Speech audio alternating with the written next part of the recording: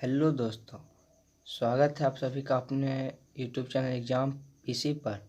तो आज के इस वीडियो में हम जानेंगे प्रकाश का परावर्तन के सभी वीवीआई ऑब्जेक्टिव को लेकर आए हैं। तो आप लोग वीडियो को बिना स्किप किए हुए वीडियो में अंत तक बने रहिएगा और अपने दोस्तों तक शेयर कर दीजिएगा। आज का यह वीडियो बहुत ही खतरनाक है। इस वीडियो में हम ऑब्जेक्टिव का पूरा निचोड़ लाए। आज के बाद एक भी ऑब्जेक्टिव नहीं बचेगा। आपके बिहार बोर्ड के लिए बहुत ही मज़ेदार वीडियो लेके आए हैं, तो आप लोग वीडियो में ज़रूर अंत तक बने रहिएगा। तो चलिए आज का पहला क्वेश्चन स्टार्ट करते हैं। कह रहा है गोलीय दर्पण के परावर्तन पृष्ठ की वृत्ताकार सीमा रेखा का व्यास क्या कहलाता है। ऑप्शन ए में देख लिए क्या कह रहा है, मुख्य फोकस। बी में कह रहा है वक्रता त्रिज्या। सी में कह रहा है प्रधान अक्ष और डी में गोलीय दर्पण का द्वारक। आप लोग भी कमेंट कीजिए इसका क्या राइट आंसर होगा और हमेशा कमेंट करते रहिएगा। वीडियो को अपने दोस्तों तक शेयर कर दीजिएगा। तो चलिए इसका राइट आंसर हो जाएगा गोलीय दर्पण का द्वारक। क्या ऑप्शन नंबर डी हो जाएगा इसका राइट आंसर। गोलीय दर्पण का परावर्तन पृष्ठ की वृत्ताकार सीमा रेखा का व्यास कहलाता है गोलीय दर्पण का द्वारक। अगर पूछेगा आपसे गोलीय दर्पण का द्वारक क्या है, तो आप परिभाषा में ये लिख सकते हैं कि गोलीय दर्पण के परावर्तन पृष्ठ की वृत्ताकार सीमा रेखा का व्यास गोलीय दर्पण का द्वारक कहलाता है। तो चलिए अब नेक्स्ट क्वेश्चन देखते हैं दोस्तों। एक भी क्वेश्चन को स्किप करके नहीं देखिएगा, बहुत ही मज़ेदार क्वेश्चन लेके आए हैं। तो चलिए अब 2 नंबर क्वेश्चन देखते हैं। दंत विशेषज्ञ किस दर्पण का उपयोग मरीजों के दांतों का बड़ा प्रतिबिंब देखने के लिए करता है। मतलब दंत विशेषज्ञ जो दांत वाले डॉक्टर होते हैं वो किस दर्पण का उपयोग करते हैं वो पूछ रहा है। तो देखिए एम कह रहा है क्या, समतल दर्पण। बी कह रहा है अवतल दर्पण। सी उत्तल दर्पण। डी इनमें से सभी। तो इसका राइट आंसर जो होगा आप लोग भी कमेंट कीजिए। आप लोग भी जानते होंगे, इतना तो मुझे पता है। फिर भी जो क्वेश्चन नहीं जानते हैं उसको अपने नोटबुक में कॉपी में जरूर लिख लीजिएगा। चलिए इसका राइट आंसर बी हो जाएगा अवतल दर्पण। ऑप्शन नंबर बी हो जाएगा इसका राइट आंसर। चलिए हम नेक्स्ट क्वेश्चन देखते हैं। नेक्स्ट क्वेश्चन, यदि किसी बिंब का प्रतिबिंब, क्या कह रहा है देखिए, यदि किसी बिंब का प्रतिबिंब आवर्धन ऋणात्मक है, किसी बिंब का प्रतिबिंब का जो आवर्धन है ना वो ऋणात्मक है, तो उस प्रतिबिंब की प्रकृति क्या होगी। तो एम देखिए क्या है, वास्तविक और उल्टा। एम क्या कह रहा है, वास्तविक और उल्टा। बिंब क्या है, वास्तविक और सीधा। सी के आभासी और सीधा। डी के आभासी और उल्टा। तो चलिए इसका राइट आंसर क्या होगा आप लोग फटाफट कमेंट में कर दीजिए। चलिए उम्मीद करता हूँ आप लोगों ने कमेंट कर दिए होंगे। तो इसका राइट आंसर क्या हो जाएगा, वास्तविक और उल्टा हो जाएगा। Option number A. चलिए अब नेक्स्ट क्वेश्चन देखते हैं। 4 नंबर क्वेश्चन कह रहा है कि आप 4 नंबर क्वेश्चन देखिए, बहुत ही मस्त क्वेश्चन है ये भी। देखिए निम्नलिखित में से कौन उत्तल दर्पण की फोकस दूरी है। निम्नलिखित में से कौन उत्तल दर्पण की फोकस दूरी है जिसकी वक्रता त्रिज्या 32 सेंटीमीटर है। वक्रता त्रिज्या कितना है, तो 32 सेंटीमीटर। देखिए ऑप्शन एम कह रहा है +8 सेंटीमीटर। बी में कह रहा है -8 सेंटीमीटर। सी कह रहा है +16 सेंटीमीटर। डी कह रहा है -16 सेंटीमीटर। तो दोस्तों हम बता दे रहे हैं आपको कि वक्रता त्रिज्या आर जो होती है ना फोकस दूरी की आधी होती है। वक्रता त्रिज्या आर क्या होती है, फोकस दूरी की आधी होती है। या इसको या कहते हैं, या F बराबर R/2 होता है। इसे 2F कह सकते हैं।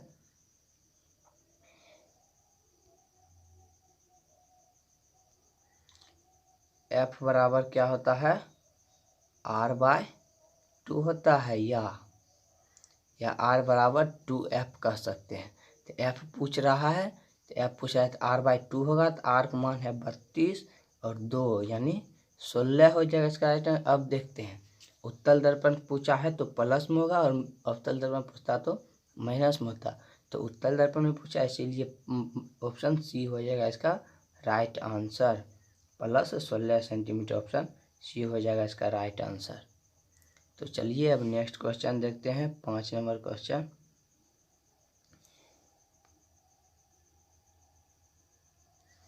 चलिए 5 नंबर क्वेश्चन क्या है, परावर्तन के नियम से निर्धारित होता है, मतलब परावर्तन के नियम पूछ रहा है।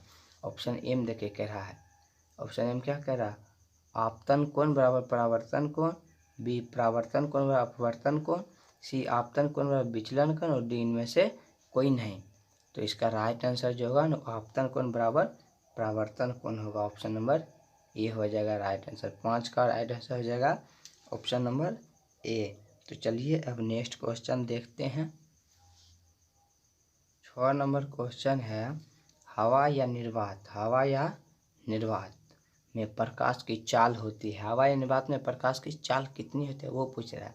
देखिए एम क्या 3 × 10⁸ मीटर प्रति सेकेंड, बी कह रहा है 3 × 10⁸ सेंटीमीटर प्रति सेकेंड, और सी कह रहा है 3 × 10⁸ किलोमीटर प्रति सेकेंड, डी कह रहा है 3 × 10⁸ मिलीमीटर प्रति सेकेंड।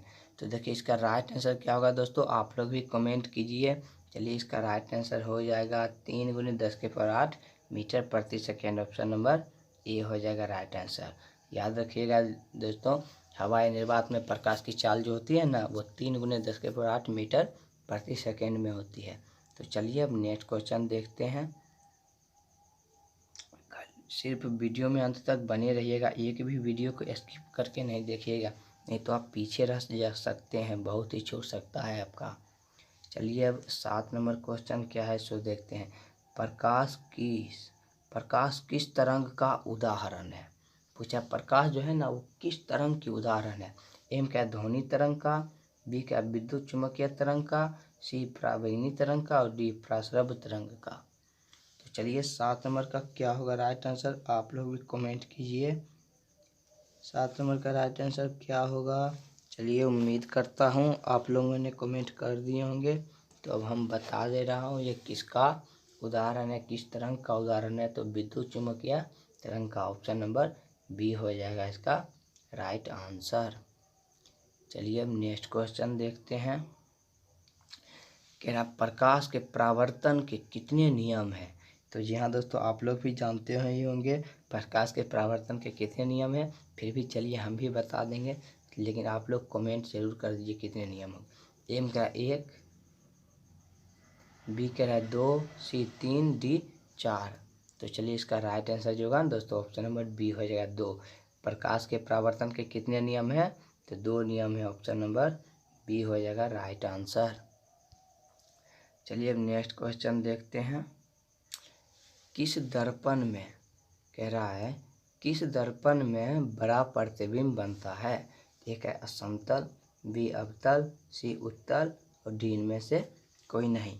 तो इसका राइट आंसर किस दर्पण में बड़ा प्रतिबिंब बनता है, तो दोस्तों आप लोग भी जानते हैं किस दर्पण में बनता है, कमेंट कर दीजिए। चलिए हम बता दे रहे हैं इसका राइट आंसर क्या होगा, अवतल दर्पण।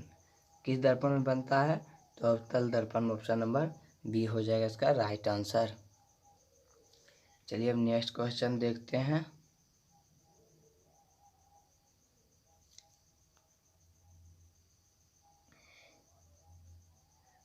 थोड़ा छोटा कर लेते हैं, बहुत बड़ा ये क्वेश्चन है, बहुत खतरनाक। देखिए संबंध पूछ रहा है। इससे पहले के वीडियो में हम बता चुके हैं गोलीय दर्पण में फोकसांतर एवं वक्रता त्रिज्या के बीच क्या संबंध है। दोस्तों हम बताए थे ना कि गोलीय दर्पण और गोलीय दर्पण में जो फोकस दूरी होता है वो, और वक्रता त्रिज्या में क्या संबंध है। एम देखिए क्या कह रहा है, सो कह रहा है आर बराबर 2r होता है, एफ बराबर आर होता है, सी एफ बराबर r/2 होता है, और डी आर बराबर f/2 होता है। तो हम क्या बताए थे, एफ बराबर r/2 होता है। ऑप्शन नंबर सी देख लीजिए, इसका राइट आंसर हो जाएगा ऑप्शन नंबर सी। 10 का सी हो जाएगा। एफ बराबर r/2 होता है, या r बराबर 2f, जो मिलेगा उसमें टिक मार देना, इस दोनों में जो मिल जाएगा। तो देखिए सी में है ना एफ बराबर r/2, तो यही राइट आंसर इसका हो जाएगा। चलिए अब नेक्स्ट क्वेश्चन देखते हैं। क्या सर्च लाइट का परावर्तक सतह होता है, मतलब किस दर्पण का सतह होता है सर्च लाइट का परावर्तक सतह। तो एम देखिए कह रहा उत्तल, बी अवतल, सी समतल और डी उत्तल एवं अवतल। तो इसका राइट आंसर क्या होगा आप लोग भी कमेंट कीजिए। इसका राइट आंसर क्या हो जाएगा आप लोग कमेंट कीजिए। चलिए उम्मीद करता हूँ आप लोगों ने कमेंट कर दिए होंगे, आप लोग भी जानते होंगे। चलिए इसका right answer option number B हो जाएगा, अवतल। सर्च लाइट का परावर्तक सतह किसका होता है, तो अवतल का होता है। चलिए हम नेक्स्ट क्वेश्चन देखते हैं। चलिए 12 नंबर क्वेश्चन है, दाढ़ी बनाने में कौन सा दर्पण उपयुक्त होता है। आप लोग भी जहाँ केस भी बनाते हैं, ठाकुर के यहाँ जाते हैं, वो किस दर्पण का उपयोग करते हैं, वहाँ कौन सा दर्पण लगा हुआ रहता है, जो बड़ा बनाने रहता है उसको कौन सी दर्पण कहते हैं वो पूछ रहा है।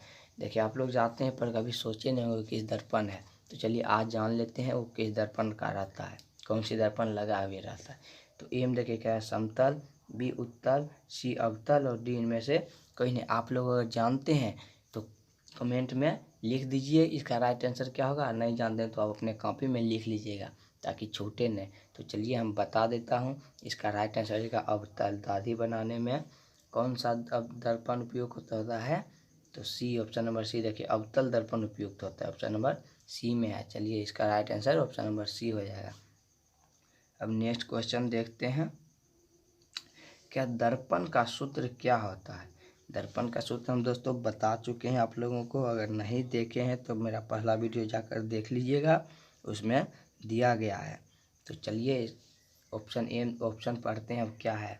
ऑप्शन ए में कह रहा है 1/v माइनस 1/u बराबर 1/f, बी का 1/f प्लस 1/v u बराबर 1/v, और सी का 1/f प्लस 1/v बराबर 1/u, और डी का 1/v प्लस 1/u बराबर 1/f। तो अब हम बता देते हैं इसका राइट आंसर क्या होगा। सो ऑप्शन नंबर डी होगा, 1/v प्लस 1/u बराबर 1/f। दर्पण सूत्र क्या होता है पूछेगा, दर्पण सूत्र क्या है, यह क्वेश्चन बहुत बार पूछा गया और इस बार भी पूछेगा, इसका 100% की गारंटी है। तो आप लोग वीडियो में अंत तक बने रहिएगा। देखिए 1/v प्लस 1/u बराबर 1/f होता है इसका राइट आंसर, मतलब दर्पण सूत्र होता है ये। तो चलिए अब नेक्स्ट क्वेश्चन देखते हैं।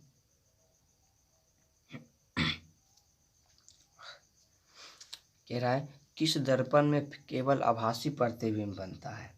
किस दर्पण में केवल आभासी प्रतिबिंब का बनता है, ना वास्तविक नहीं बनता है। बताइए किस दर्पण में आभासी प्रतिबिंब बनता है।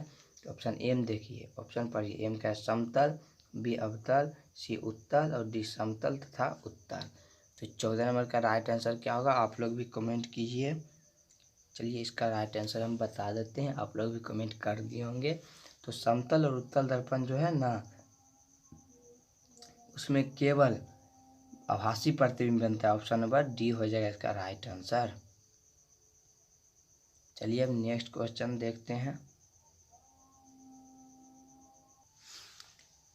तो चलिए अब नेक्स्ट क्वेश्चन देखते हैं। 15 नंबर क्वेश्चन है, समतल दर्पण में प्रतिबिंब की प्रकृति क्या होती है।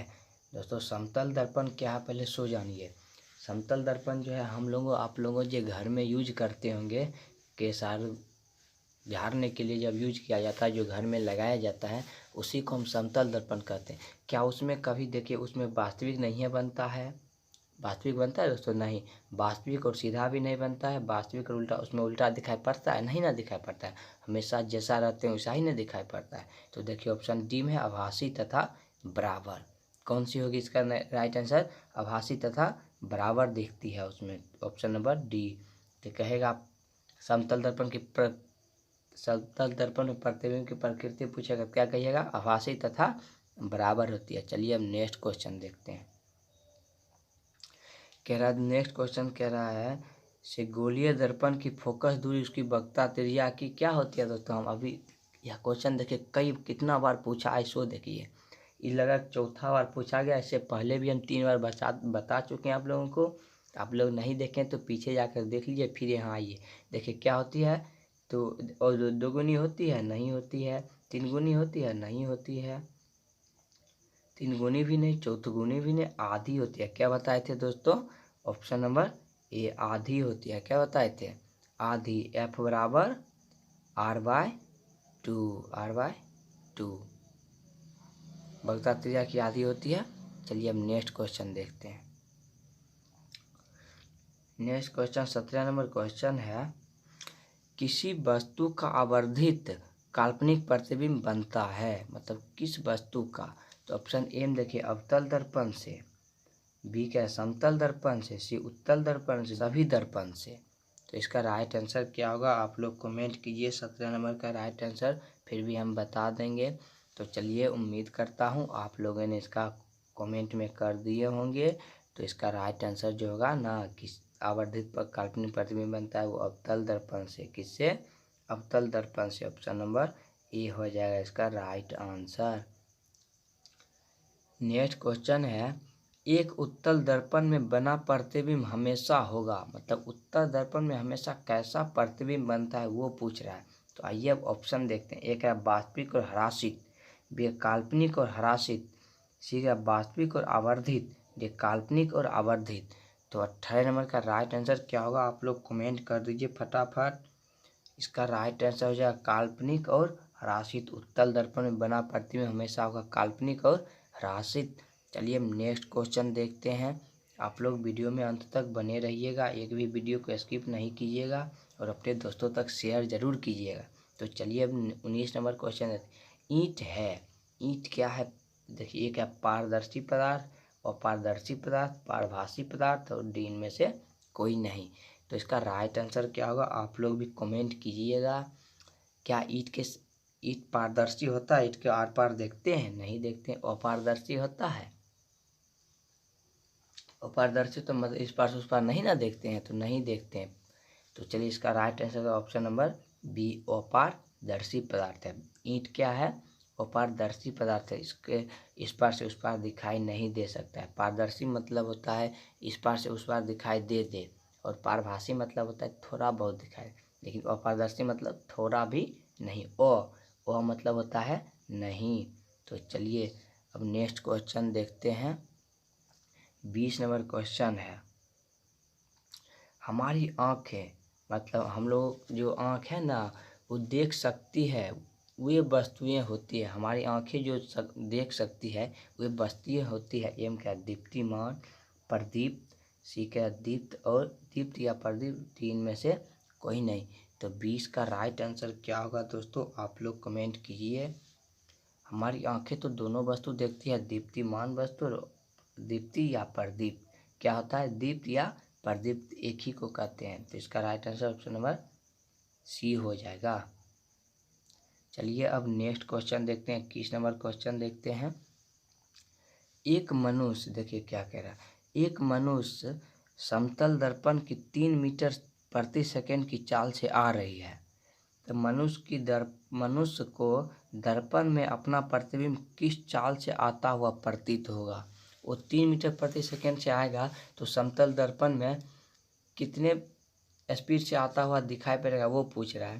तो देखिए एम क्या कह रहा है? 3 मीटर प्रति सेकेंड, बी कह रहा है 1.5 मीटर प्रति सेकेंड, सी कह रहा है 6 मीटर प्रति सेकेंड, डी 4 मीटर प्रति सेकेंड। तो 21 नंबर का राइट आंसर क्या होगा आप लोग कमेंट कीजिए। क्या होगा आप लोग कमेंट कीजिए। चलिए उम्मीद करता आप लोगों ने बता दिए होंगे। तो इसका राइट आंसर क्या होगा हम बता देते हैं, 6 मीटर प्रति सेकेंड होगा। समतल दर्पण में 6 मीटर प्रति सेकेंड होगा। ऑप्शन नंबर सी में देखिए है, ऑप्शन नंबर सी में देखिए 6 मीटर प्रति सेकेंड है। नेक्स्ट क्वेश्चन देखते हैं। 22 नंबर क्वेश्चन क्या है सो,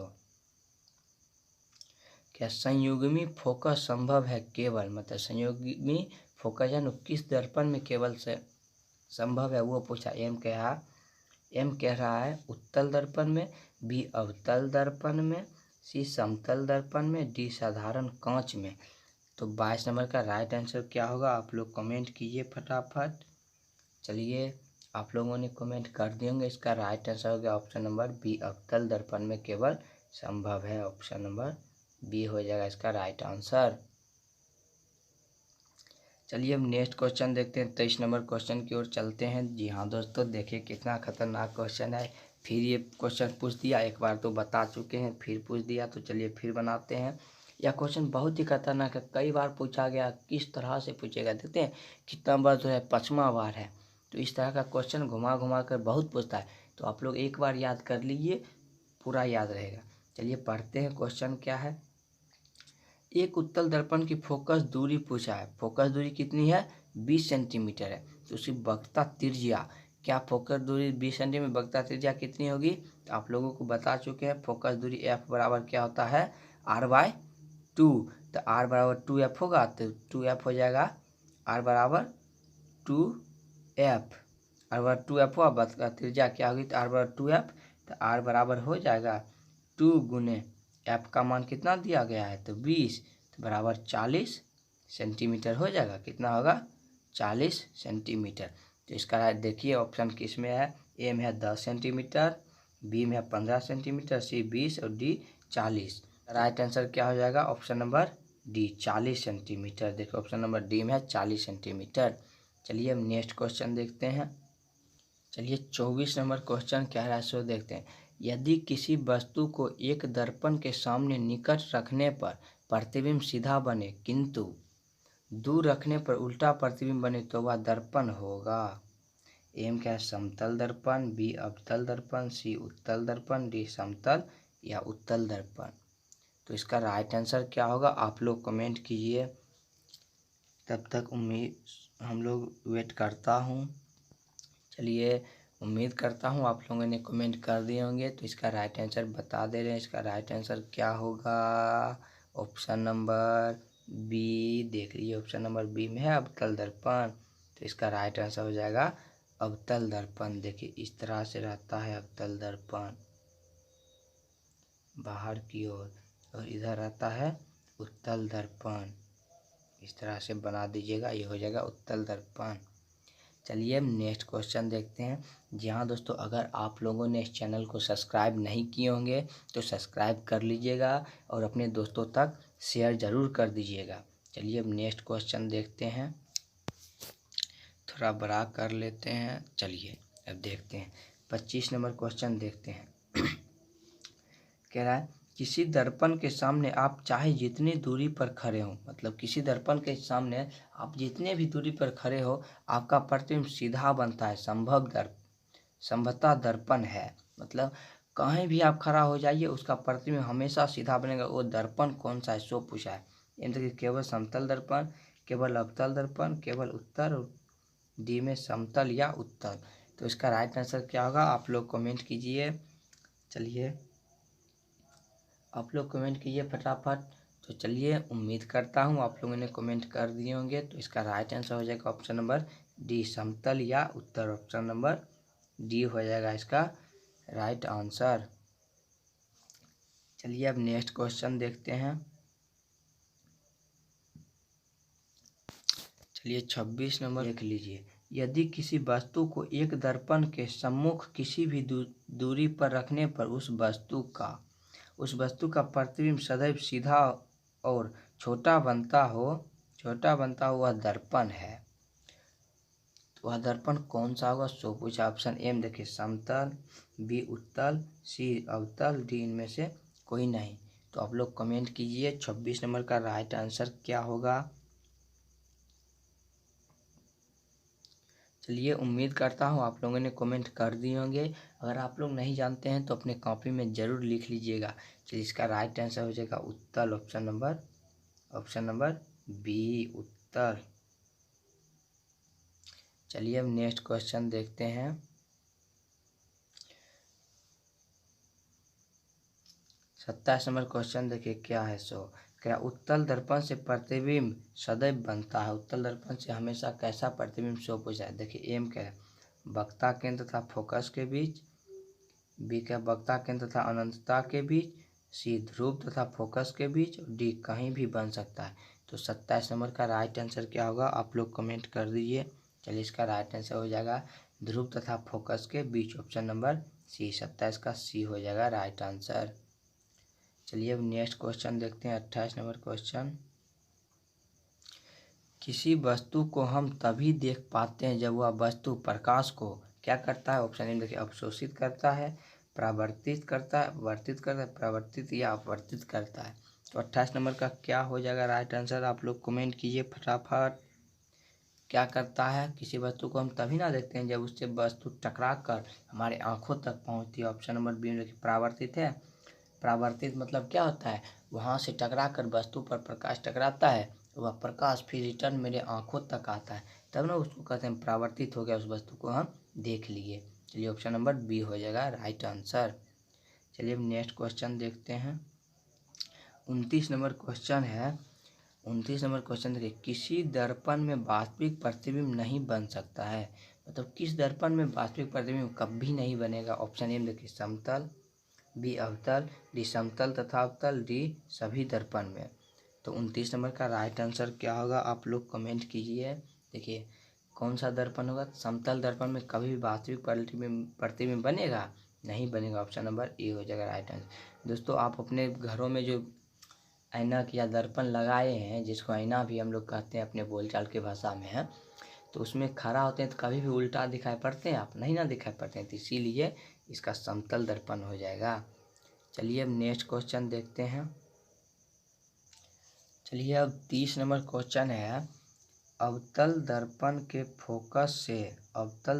फोकस से चलती किरणें परावर्तन के बाद मतलब कहाँ हो जाती है परावर्तन के बाद। ये देखिए प्रधान अक्ष के समांतर हो जाती है, बी प्रधान अक्ष के लंबवत हो जाती है, सी ध्रुव से गुजरती है और डी वक्ता केंद्र से गुजरती है। मतलब अवतल दर्पण जो है, देख लीजिए ये हो गया आपका अवतल दर्पण। अवतल दर्पण खींच देते हैं, देख लीजिए ये हो गया आपका अवतल दर्पण। कह रहा दर्पण के फोकस से चलती किरण, यहाँ है आपका फोकस, ये हो गया वक्ता त्रिज्या हो गया। तो फोकस से परावर्तन के, जब यहाँ की रखी वस्तु परावर्तन के बाद, ये हो गया आपका वस्तु परावर्तन के बाद हो जाती है, मतलब किससे हो जाती है वो पूछा, तो आप लोग जानते हैं तो कमेंट कीजिए। चलिए पहले देख लीजिए, इसका जो अक्ष है ना, ये अक्ष ध्रुवीय अक्ष, इसका ये समांतर हो जाती है। क्या होती है, समांतर हो जाती है वस्तु, परावर्तन के बाद सीधा समांतर हो जाती है, या वस्तु आया इससे टकराया फिर इसके समांतर हो जाएगी। तो ऑप्शन नंबर ए देख लीजिए, इसका राइट आंसर हो जाएगा। तो इसका right answer option number A हो जाएगा। चलिए अब नेक्स्ट क्वेश्चन देखते हैं। 31 नंबर क्वेश्चन है,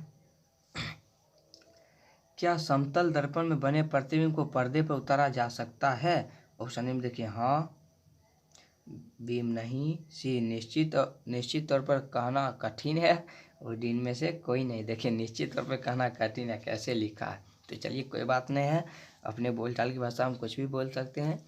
तो चलिए 31 नंबर का राइट आंसर क्या होगा, आप लोग कमेंट कीजिए। नहीं, समतल दर्पण को पर्दे पर उतारा नहीं जा सकता है, ऑप्शन नंबर बी हो जाए इसका राइट आंसर। चलिए अब नेक्स्ट क्वेश्चन देखते हैं, थोड़ा छोटा कर लेते हैं। चलिए अब देखते हैं, प्रकाश की किरण, कह रहा है प्रकाश की एक किरण किसी समतल दर्पण पर 60 डिग्री कोण बनाते हुए टकराती है, तो उसका परावर्तन कोण होगा समतल दर्पण पर। चलिए देखते हैं, समतल दर्पण पहले बनाते, देखिए इसी तरह ना रहता है अपने लोगों के घर में ऐना जो रहता है समतल दर्पण, इस तरह से रहता है। क्या प्रकाश की एक किरण, यहाँ प्रकाश है, एक किरण यहाँ पे टकराया 60 डिग्री का कोण बनाकर, 60 डिग्री का कोण बनाया, होते हुए टकराते हुए परावर्तन कोण, ये जो कोण है ना, अब ये पूछ रहा है ये कोण कितना होगा, देख लीजिएगा। अब यहाँ तो स्केल लेके नाप तो नहीं सकते हैं, पर बता देते हैं इसका राइट आंसर। एम देखिए, एम पहले देखिए 60 डिग्री का, बी 30 डिग्री का, सी 45 डिग्री का और डी 90 डिग्री का। तो 32 नंबर का राइट आंसर हो गया, जब 60 डिग्री का बनाते हुए आएगा ना, तो 30 डिग्री का बनाते हुए चला जाएगा। देखिए 30 डिग्री पर मुड़ गया ना, यहाँ पे देखिए 30 डिग्री हो गया, तो इसका राइट आंसर क्या हो जाएगा दोस्तों, ऑप्शन नंबर बी। देखिए 30 डिग्री, ऑप्शन नंबर बी हो जाएगा इसका राइट आंसर। चलिए अब नेक्स्ट क्वेश्चन देखते हैं। नेक्स्ट क्वेश्चन नेक्स्ट क्वेश्चन है 33 नंबर क्वेश्चन है, समतल दर्पण से किसी वस्तु का प्रतिबिंब वास्तविक बनता है। ऑप्शन ए बी में है आभासी बनता है, सी बड़ा बनता है, डी छोटा बनता है। तो क्या बनता है? तो आभासी बनता है। ऑप्शन नंबर बी हो जाएगा इसका राइट है। समतल दर्पण में आभासी प्रतिबिंब बनता है। चलिए अब नेक्स्ट क्वेश्चन देखते हैं। 34 नंबर क्वेश्चन है, किसी वस्तु का अवतल दर्पण द्वारा बना प्रतिबिंब आभासी, सीधा तथा वस्तु से बड़ा पाया गया तो वस्तु किस स्थिति में कहाँ होना चाहिए? मतलब ऐसा पाएगा तो वस्तु कहाँ होना चाहिए?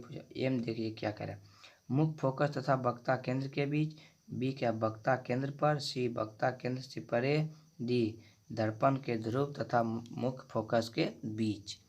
तो 34 नंबर का राइट आंसर क्या होगा दोस्तों? तो ऑप्शन नंबर डी हो जाएगा इसका राइट आंसर। दर्पण के ध्रुव तथा मुख्य फोकस के बीच वह वस्तु रहेगा तब ऐसा प्रतिबिंब बनेगा। चलिए अब नेक्स्ट क्वेश्चन देखते हैं।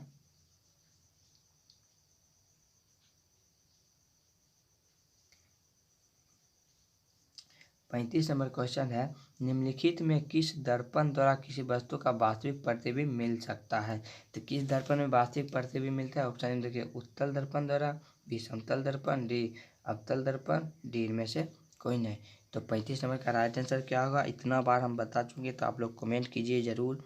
इसका राइट आंसर हो गया अवतल दर्पण द्वारा। ऑप्शन नंबर सी हो जाएगा इसका राइट आंसर। चलिए नेक्स्ट क्वेश्चन देखते हैं।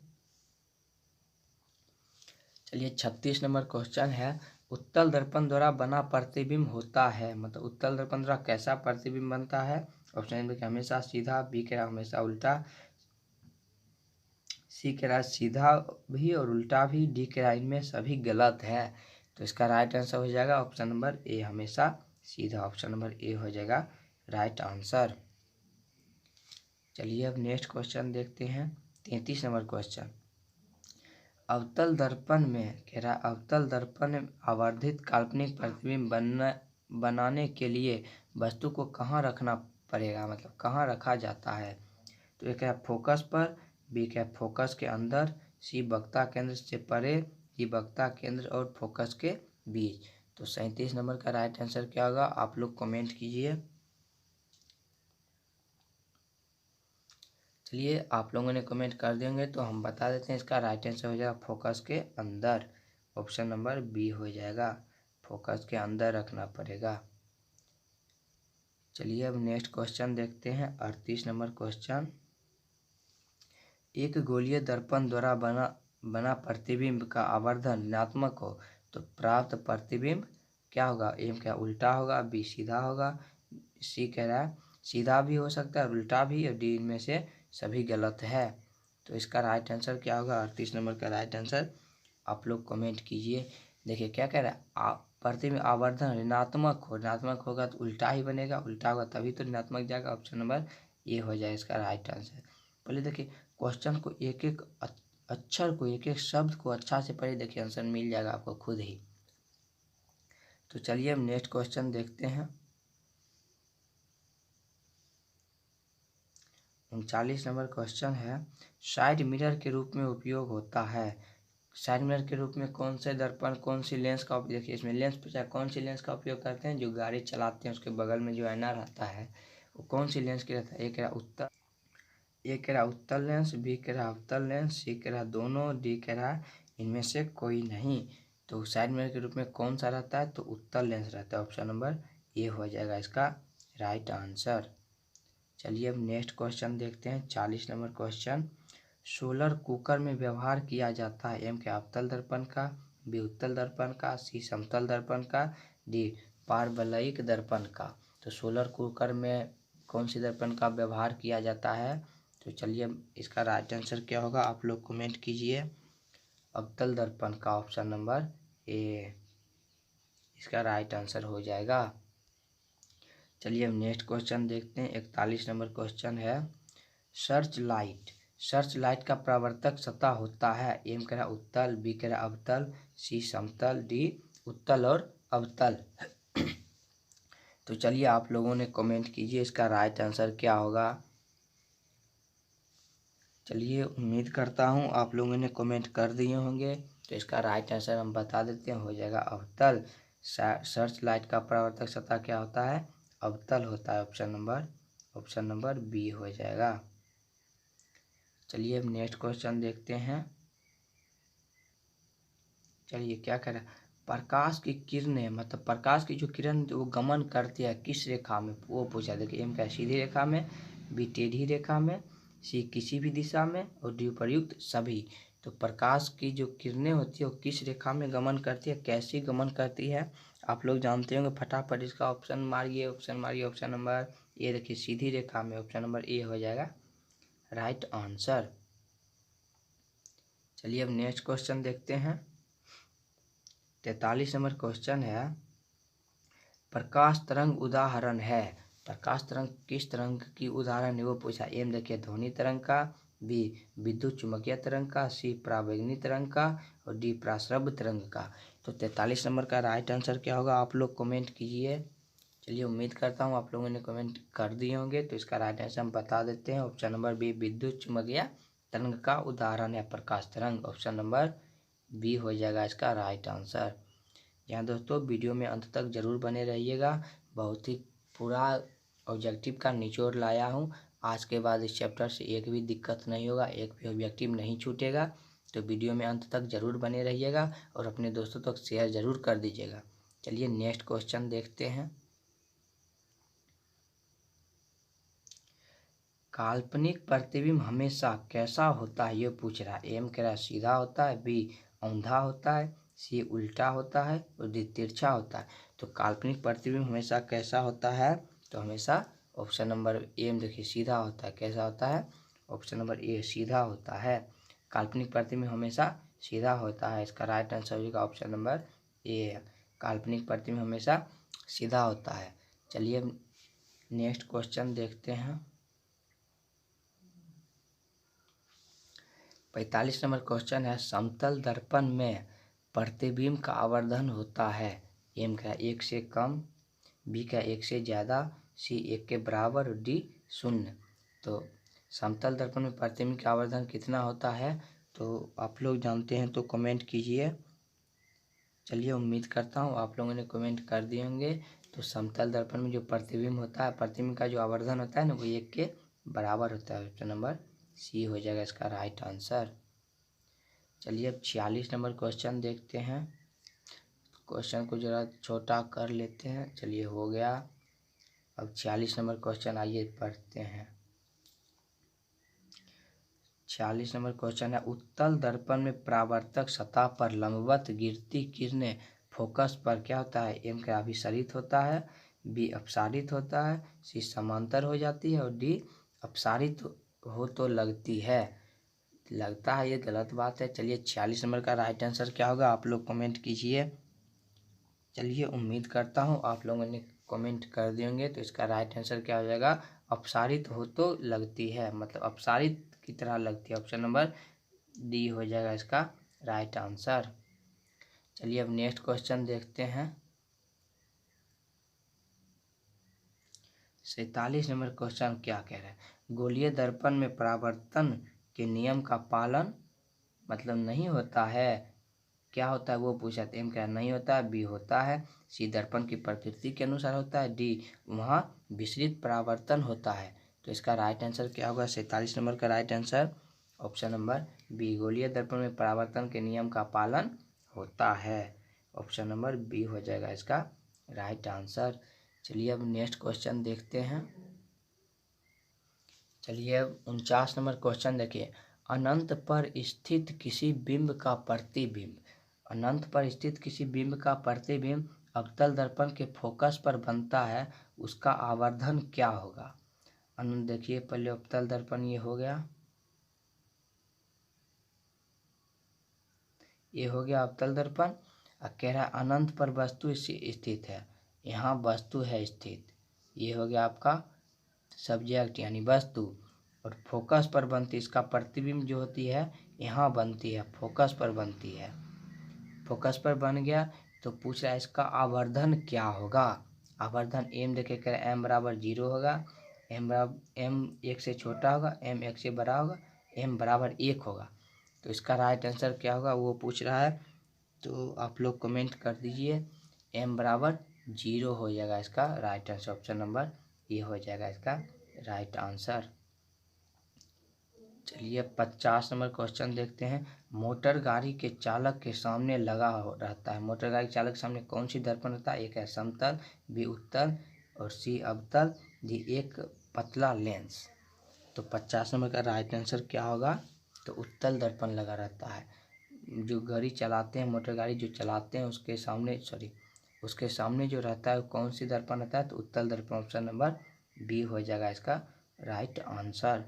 तो चलिए अब नेक्स्ट क्वेश्चन देखते हैं। चलिए 51 नंबर क्वेश्चन देखते हैं। किसी अवतल दर्पण द्वारा आभासी, यानी आभासी मतलब काल्पनिक, सीधा और आवर्धित प्रतिबिंब तब बनता है जब वस्तु की स्थिति होती है, कहाँ होती है?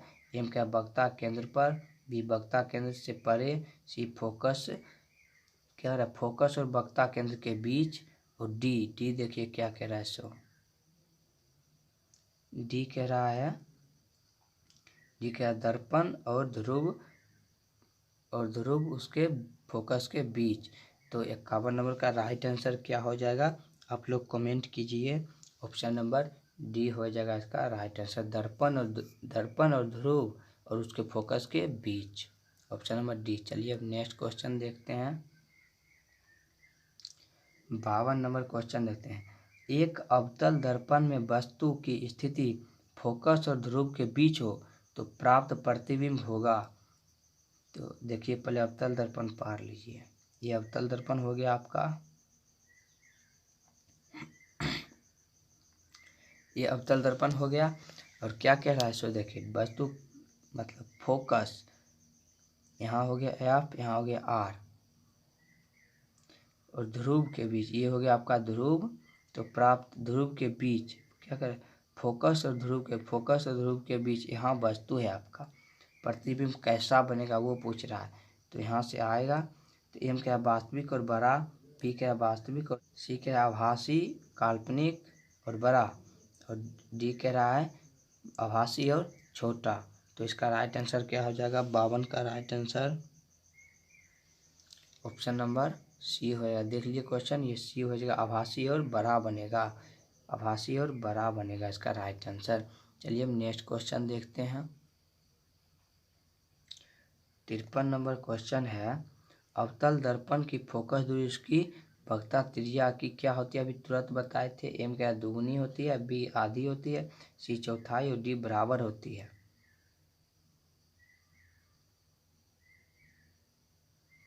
तो 53 नंबर का राइट आंसर क्या होगा? आप लोग कमेंट कर दीजिए। ऑप्शन नंबर बी आधी। देखिए कितना बार दोहराया गया, आधी होती है, ऑप्शन नंबर बी हो जाएगा इसका राइट आंसर। चलिए अब नेक्स्ट क्वेश्चन देखते हैं। चलिए अब 54 नंबर क्वेश्चन है। कहाँ पर स्थित होने से, मतलब कह रहा है कहाँ पर स्थित होने से वस्तु का प्रतिबिंब अवतल दर्पण के फोकस पर बनेगा? कहाँ पर रखेंगे तो बनेगा? ऑप्शन एम देख लीजिए, फोकस पर, बी क्या वक्ता केंद्र पर, सी ध्रुव पर, डी अनंत पर। आप लोग जानते हैं तो इसका राइट आंसर क्या होगा? कमेंट कीजिए। देखिए पहले वो बनाते हैं, क्या कहते हैं इसको? अवतल दर्पण। ये अवतल दर्पण है, अवतल दर्पण बना दिए। एगो बस ये हो गया एफ आर ध्रुव। अब चलिए अनंत पर एगो वस्तु अनंत पर रहेगा, ये अनंत पर वस्तु है, ये प्रतिबिंब कहाँ बनेगा ये पूछ रहा है। क्या पूछ रहा है? दर्पण फोकस पर बनेगा, मतलब फोकस पर कब इसका प्रतिबिंब बनेगा? यहाँ से आएगा टकरा के, फोकस पर बनेगा जब अनंत पर वस्तु रहेगा। ऑप्शन नंबर डी हो जाएगा इसका राइट आंसर। चलिए अब नेक्स्ट क्वेश्चन देखते हैं। 55 नंबर क्वेश्चन देखते हैं। क्या निम्नलिखित में किसके द्वारा एक बिंदु स्रोत से समांतर किरणपुंज मिल सकता है? एक बिंदु स्रोत से समांतर किरणपुंज मिलेगा। एम के अवतल दर्पण, बी उत्तल दर्पण, सी ए और बी दोनों, डी इनमें से कोई नहीं।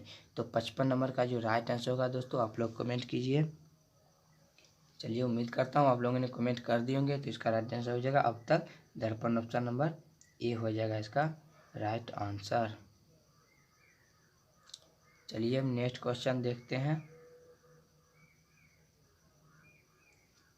नेक्स्ट क्वेश्चन है, वस्तु से छोटा और आभासी प्रतिबिंब इनमें किस दर्पण से प्राप्त होता है? ए कह रहा है समतल दर्पण से, बी कह रहा है अवतल दर्पण, ए बी दोनों, डी उत्तल दर्पण से।